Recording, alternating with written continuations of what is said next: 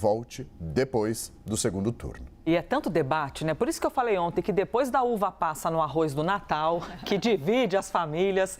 Meu bem, o assunto do horário de verão é tipo isso, porque você pode pegar um ser humano que diz, olha, para mim é fantástico, preciso por causa disso, disso e disso. Mas num país com 212 milhões de pessoas, como é que você chega ao meio termo? Como é que você vai num ponto ideal? A Débora Oliveira vem trazer para a gente também esses prós e contras, com os olhares até mais expandidos, porque a indústria pensa uma coisa, a galera do barzinho que curte a vida doidado também vai dizer outra, né, Débora? O que você traz para a gente poder visualizar? Inclusive, só para você entender, Elisa, a Abrazel, por exemplo, ontem, assim que saiu essa fala do ministro, essa recomendação, inclusive, eles reforçaram mais uma vez, né, que estão super a favor da retomada do horário de verão e, no caso deles, não seria por acaso. Eles me passaram aqui uma projeção, eu vou para a tela aqui para poder a gente acompanhar. Eu reuni aqui os prós e contras, deixa eu dar bom dia aqui para o Theo, pedir licença aqui para ele no telão e para a Clarissa aqui isso também. Na cara do Theo Cury. Exato, Theo, rapidinho, daqui a pouco você volta aqui com a gente.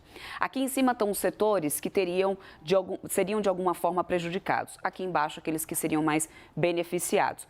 Tá. Falando do aumento do faturamento da Abrazel, está aqui, ó, bares e restaurantes. O aumento de faturamento estimado, Elisa, durante o período de horário de verão é de 50%.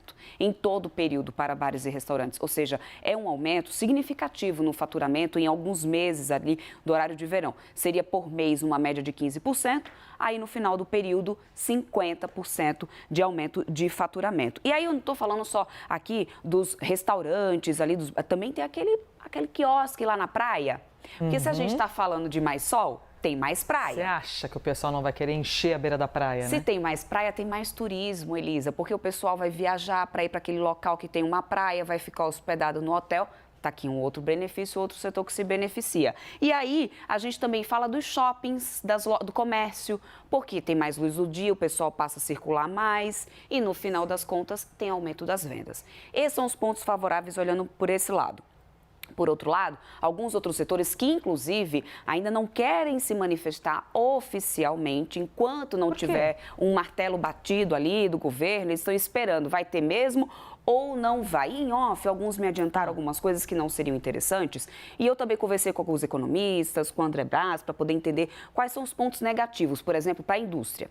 Na indústria, tem a energia que pode ter a economia, a gente sabe que a energia está cara. Sim. Por outro lado, tem o desempenho da produção, porque você mexe com os turnos de trabalho, você mexe com o horário do sono da galera e isso pode impactar na produção aqui, no caso da indústria. Esse é um ponto.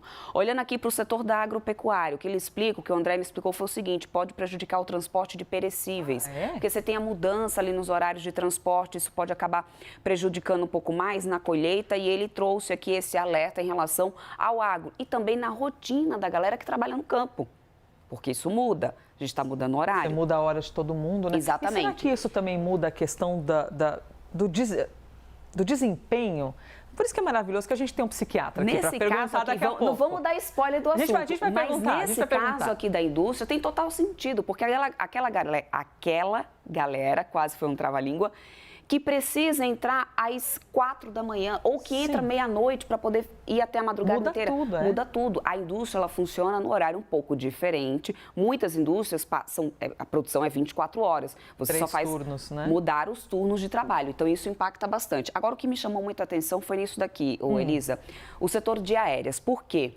Quando a gente fala de uma venda de passagem, você não está falando somente da venda de passagem para agora. As aéreas elas já fazem um planejamento a longo prazo, porque elas precisam fechar os horários, bater os horários dos slots, que elas chamam, que é aqueles pousos e decolagens ali nos aeroportos, não só aqui do Brasil, mas tem que casar isso com os voos internacionais.